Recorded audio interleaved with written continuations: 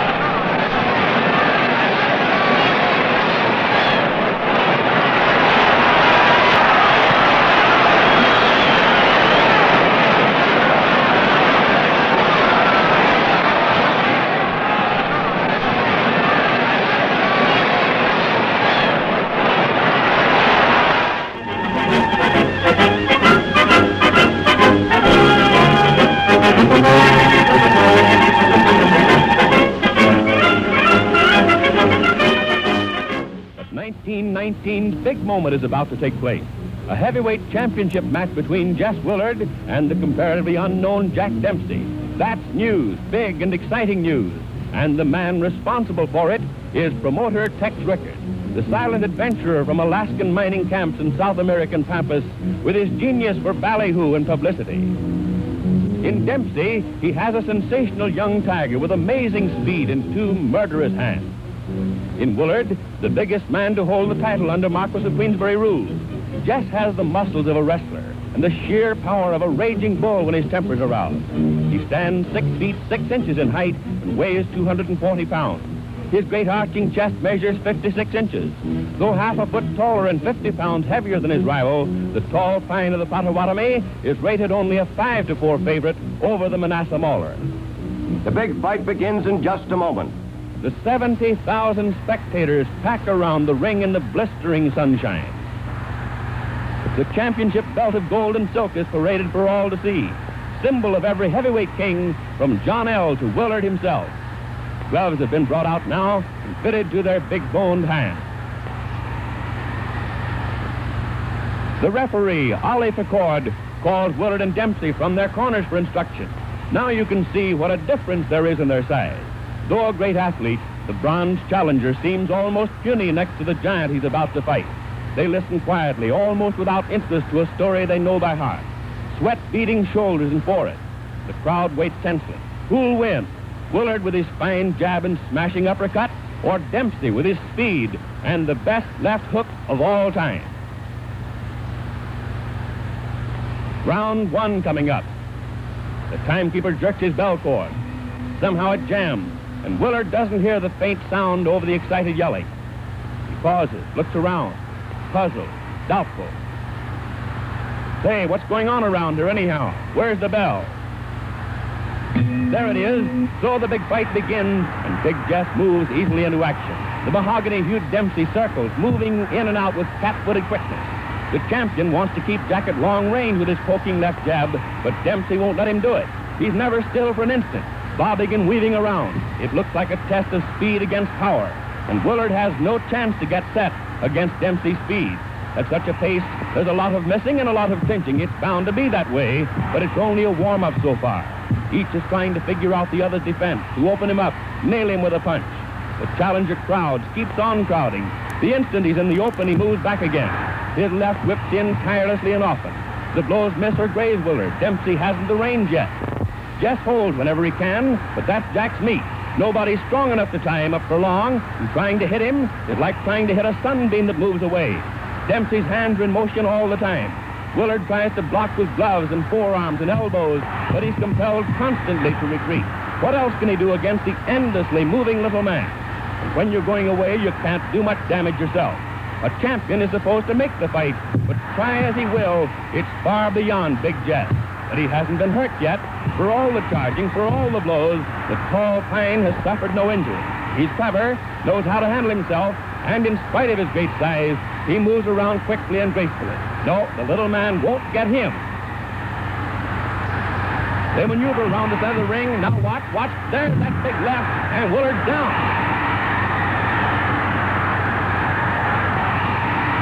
Up, sure he's up. Dempsey heard him along the rope, beating away with both hands. There's that left again, and Willard's on the floor for the second time. The champion's dazed, groggy, but he's game. He's up again. The fist drumming on him. And down he goes. Falls along the floor like a wounded animal, shouting with his back half turned as he arrives. The mauler overwhelms him with a hysterical burst of fury that sends him to the floor for the 4th time. Dempsey stands over the stricken man, his fist cracked. The instant Willard's knees were off the floor, Jack at him again.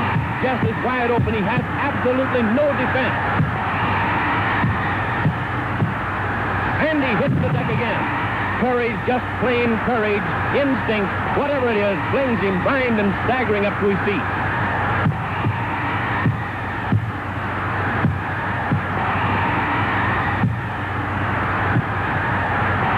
Willard reels around the ring, powerless, with Dempsey pumping right and left into him. Clear across the opposite corner, and there he's taking it again. How can the man stand it? And there he falls, his gloved hand feeling for the rope, trying to hold himself up. Then, painfully, he drags his racked body to a half-erect position.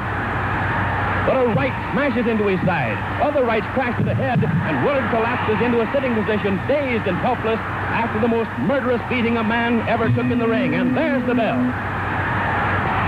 But no one hears it. Dempsey turns away. He seems doubtful, puzzled. Turns and others rush jubilantly into the rope square. It's all over. The quickest heavyweight knockout on record.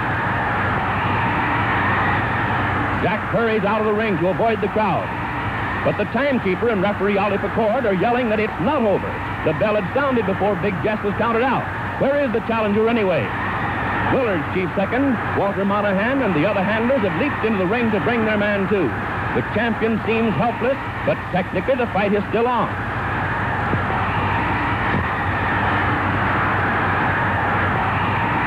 Doc turns, rushes to the rope. Jack, hey Dempsey, come back, come back. Round 2, and the bell sounds again.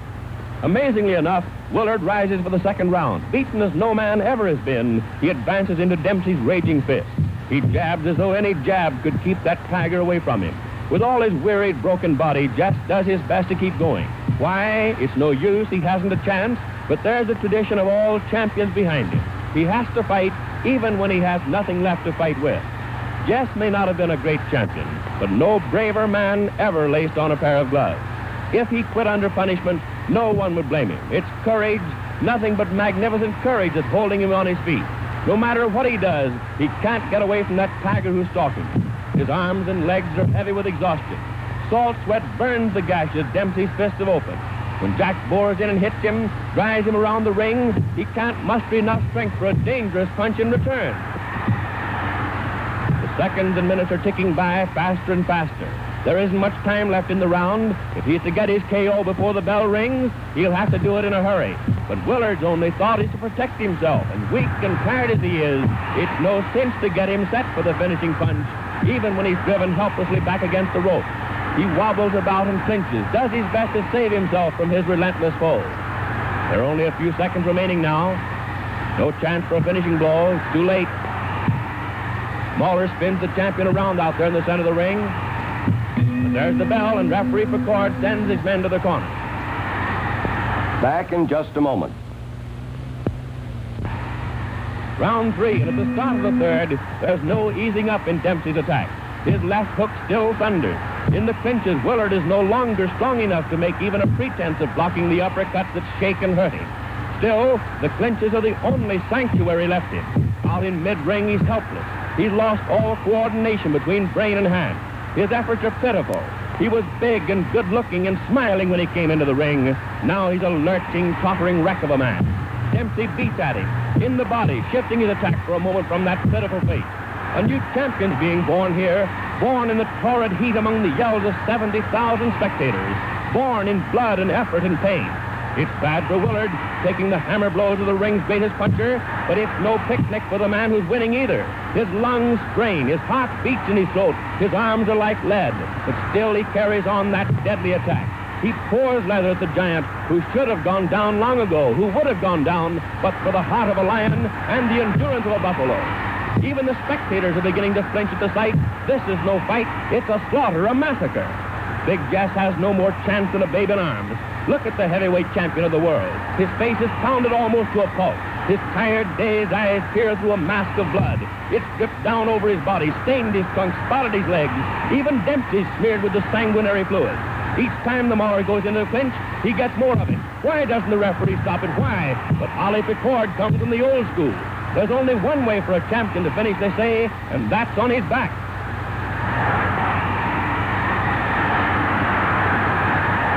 But the bloody, half-blinded Willard won't go down, not even when the tiring Dempsey's blows stagger and hurt him more and more. And again the seconds are running out. The round's nearly over. And the impossible has happened again. Big Jess has lasted through this another murderous round with this roaring Dempsey.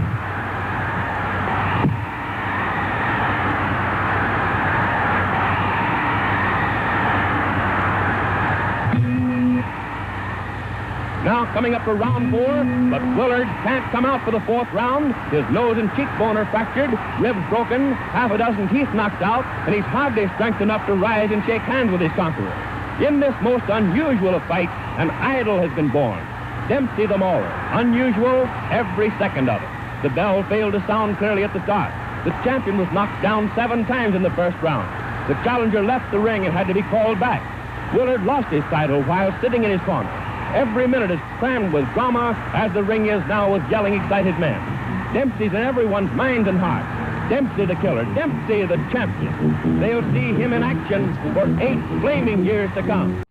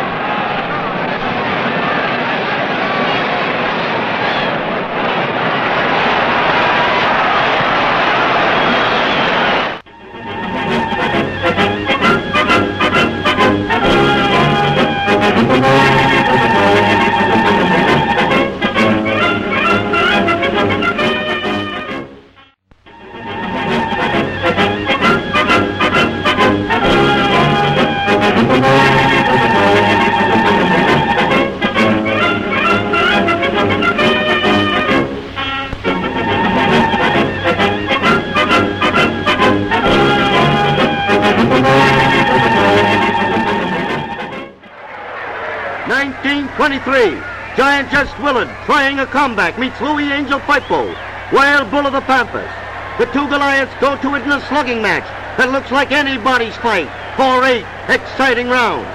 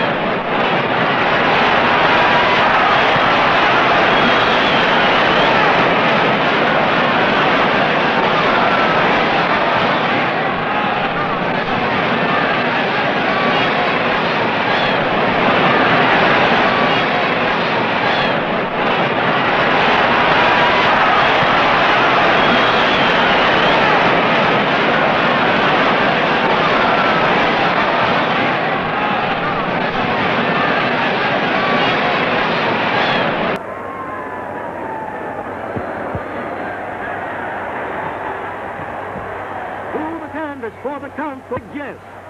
Groggy but game to the last. Firpo's the winner.